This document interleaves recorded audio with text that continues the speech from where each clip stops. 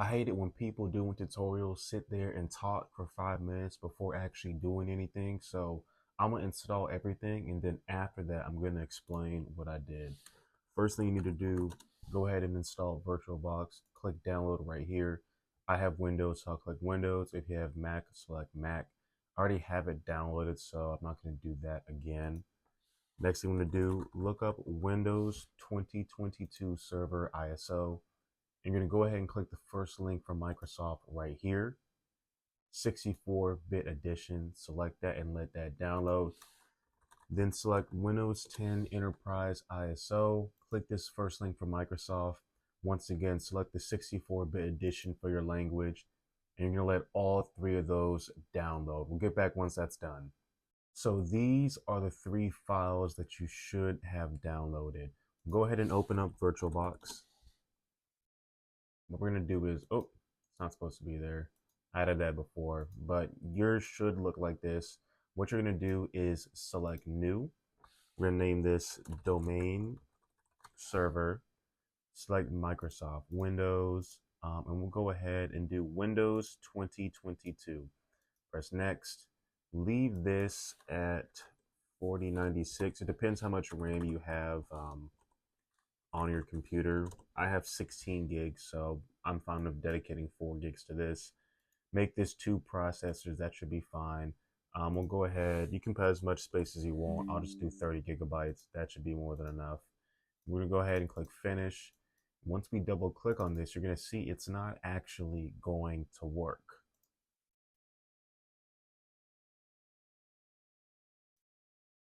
Yeah, it's not working. So what we're gonna do is go ahead and click this arrow, press other, and then you're gonna select the server eval file, double click that, mount and retry boot. Oh shoot. So you're gonna try everything again. You see it's loading files this time, so something's working. Boom, you see the Windows screen. So now our Windows server is running. We'll go ahead and just speed through all this stuff, and I'll get back once something important pops up. Oh, actually, never mind. That was pretty quick. So yeah, just go through the basic installation process. It's pretty self-explanatory. I don't think I have to sit here and walk you through it, but I'll do a time lapse just so you won't miss anything. Go ahead and select desktop experience for the 2022 standard evaluation. Yada yada yada. I'm gonna sell my kids, whatever. Next, custom, next, and yeah, this is the part where we just wait. I'll get back when it's done.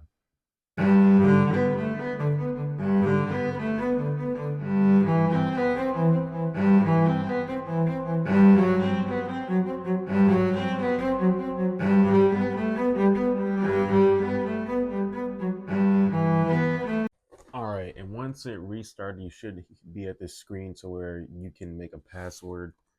I'm just gonna say password 123 exclamation point. Please make it more secure than this. I'm just doing this for the video. Password 123 exclamation point. There we go. You should get here where it says press Control Delete. Do not actually press Control Alt Delete. Go up to input here, go to keyboard and do insert Control Delete, and we'll press that inside the machine itself. Let's enter our password. You're gonna start setting stuff up.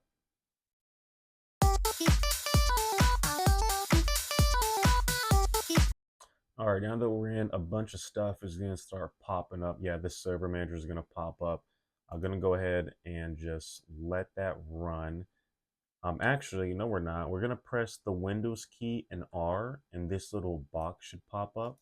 We're gonna press sys prep, and then we're gonna double click this file, press generalize, and then shut down. And that's pretty much gonna wipe everything clean. You'll see why we're doing that in a second.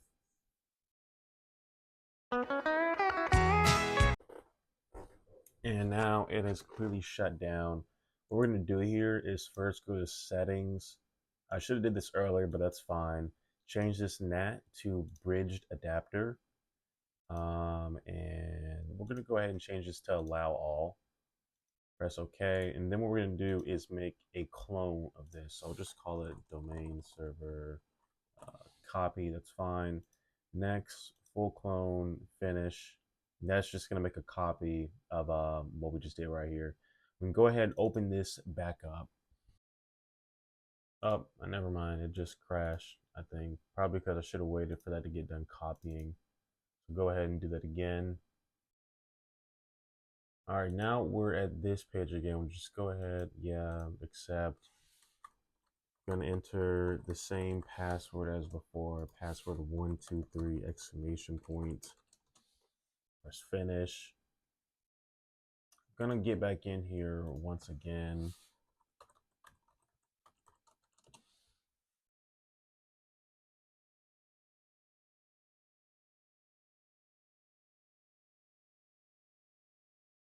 And now we're gonna check out what's going on here once the server manager pops up. Press no. Here we are.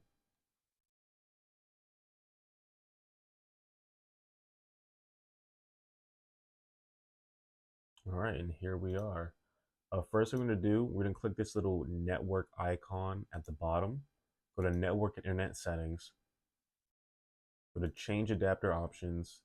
Go to right click. This is, I'm going to connect it to the Ethernet. So this is what it says for me. Just right click whatever this is for you. Go to properties. Go to IPv4 properties again. And right here where it says use the following DNS server addresses, select that and put in 127.0.0 and 1. Press OK. Close all this stuff out. Now we're going to go to manage, add roles and features. Next. And we get to server roles, select Active Directory Domain Services, add features. We can go ahead and just next everything else, and we're going to select install. And now we just wait for this to get done. Once that's done, go ahead, press close. You're going to see this little warning up here. Select that, and right here under post deployment configuration, select promote this server to a domain controller.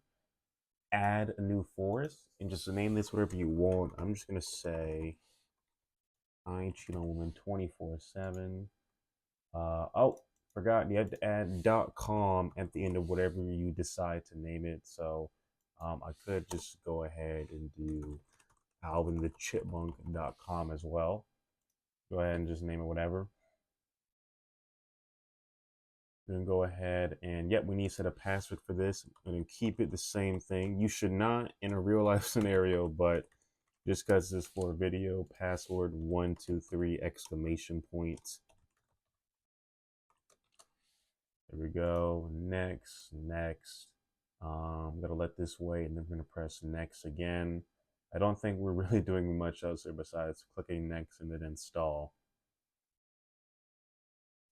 Next.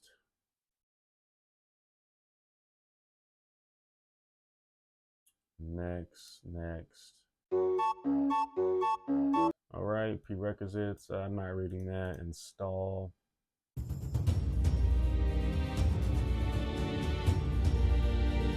All right, after it's done, it's gonna go ahead and restart it, which is fine. Once everything is done, once again, you can select Control Alt Delete, then log into account.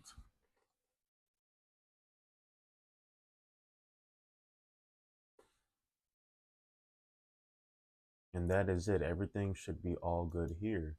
So now what we can do is go back to our VirtualBox, press new again, and this time we're gonna name this, I'm just gonna say Win10 Enterprise. Same thing as before, Microsoft Windows. We'll select Windows, other Windows 64-bit. Next. Once again, we're gonna do 4096. We're gonna do 2 processors. I'm gonna give this 30 gigs. Next, finish. Gonna start it again, and just like we did with the domain server, it's not going to work at first. Yep, click the arrow again, other, and then this one with a whole bunch of numbers, that's the right file. double click, mount and retry boot. And then we'll be taken to a very similar setup process as before. And we really just gotta wait it out. Next, install now. Yada, yada, yada. I accept all those terms. Custom. We're gonna press next. And then, yep, here we are again. Just gotta wait.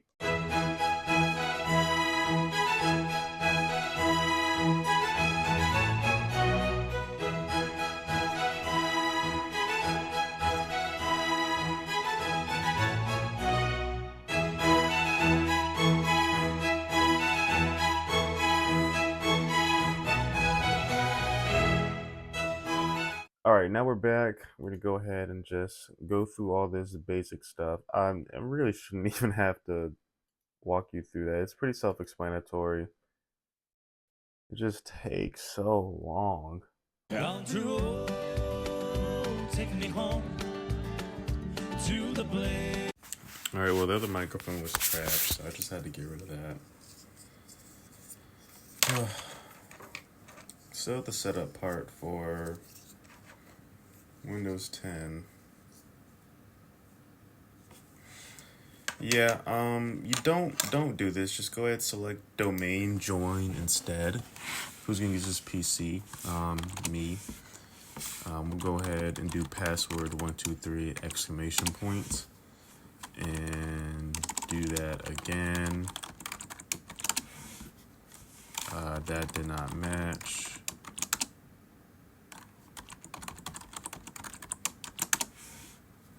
Security questions. I'm not answering this stuff. Just for the sake of the video, if you are actually setting up someone's account or workplace, please have them answer the questions properly. We ain't got time for that though. Hi.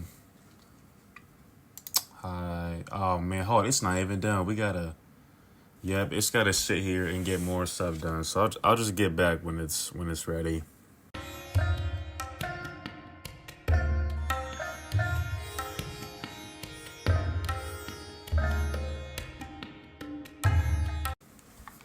Oh shoot, perfect. Once we're in, what we want to do is select this little network button right here. Go to network internet settings. Just like the domain server, we're going to go back to change adapter options. Right click this, select properties, internet protocol version 4, properties again. This time, we're going to do the same thing with the DNS server, but we're going to put in the one that the domain server is running off of. So I'll just open this back up. Keyboard again. We're going to log back in here. We're going to go, let me extend this. You want to type in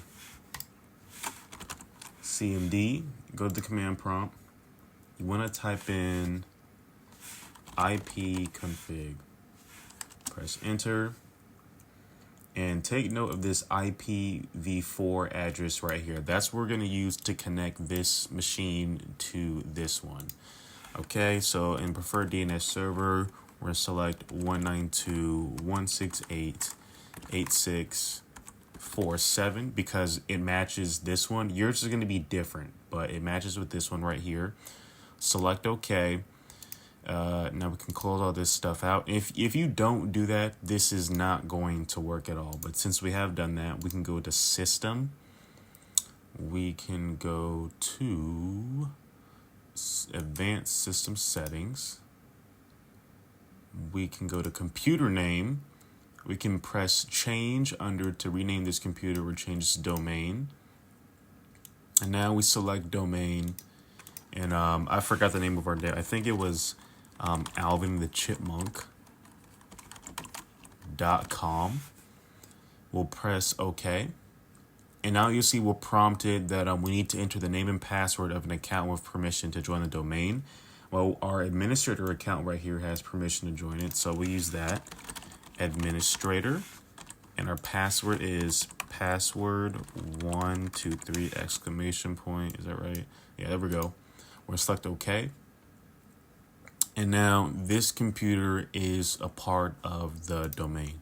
Now, there's lots of stuff that you can do afterwards just to configure and set everything up, but that's really the bare minimum of this. We have a domain and we have a computer that's connected to the domain. So now I'll just go into the explanation of what exactly we just did with this.